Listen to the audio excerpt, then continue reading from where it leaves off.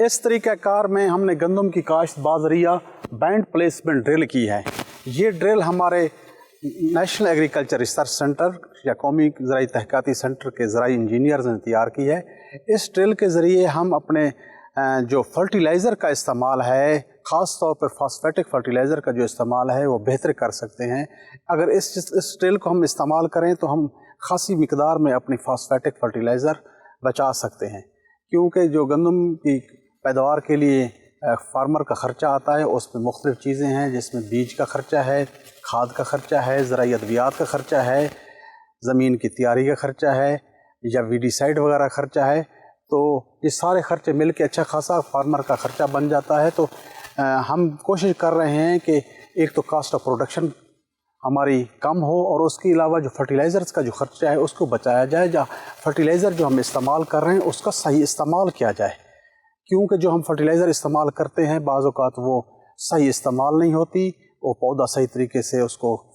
इस्तेमाल नहीं कर सकता, जिससे ना सिर्फ हमारी पैदावार सही नहीं होती और उसके अलावा वो हमारी ज़मीन की फर्टिलिटी के लिए या एनवायरनमेंट के लिए भी अच्छी नहीं होती। तो इस ड्रिल के ज़रिए हम एक ही ड्रिल के अंदर दो मुख्तलिफ़ खाने होते हैं, एक में बीज डालते हैं और एक के अंदर खाद डाली जाती है। इस जो दो मुख्तलिफ़ किस्म के टाइन्स होते हैं, इस ड्रिल के ज़रिए जब हम काश्त करते हैं तो खाद का दाना गंदम के बीज के दाने से नीचे भी गिरता है और थोड़े फासले पर भी गिरता है। इसका फ़ायदा ये होता है जो गंदम का दाना की जर्मिनेशन होती है या उगाव शुरू होता है, उसके बाद पौधा ऐसा ऐसा बढ़ना शुरू करता है, तो वो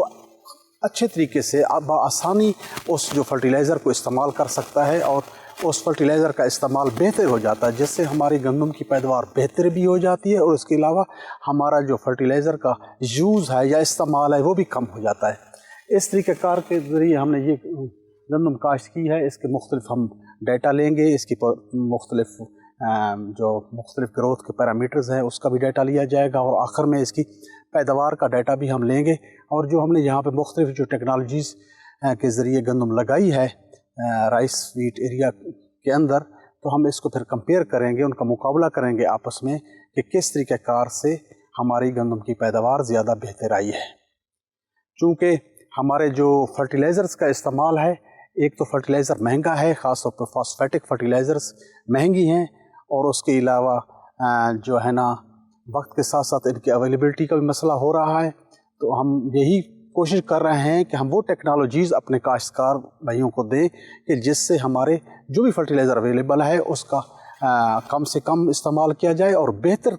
इस्तेमाल किया जाए, जिससे ना सिर्फ किसान की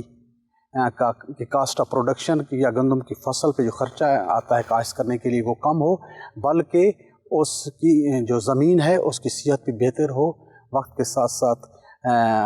उसके ऑर्गेनिक मैटर में भी इजाफ़ा हो और इसके अलावा जो हमारा एनवायरनमेंट है उसके लिए भी ये मुख्तलिफ़ फर्टिलाइज़र्स यूज़ अगर करें तो सही तरीके से करें ताकि हमारा एनवायरनमेंट भी बेहतर हो, क्योंकि जो मुख्तलिफ़ हमारे फैक्टर्स हैं जो हमारे एनवायरनमेंट को ख़राब कर रहे हैं, उनमें एक फैक्टर इम्प्रॉपर या फर्टिलाइज़र्स का गलत इस्तेमाल भी है। जो ख़ास तौर पे अगर हम यूरिया के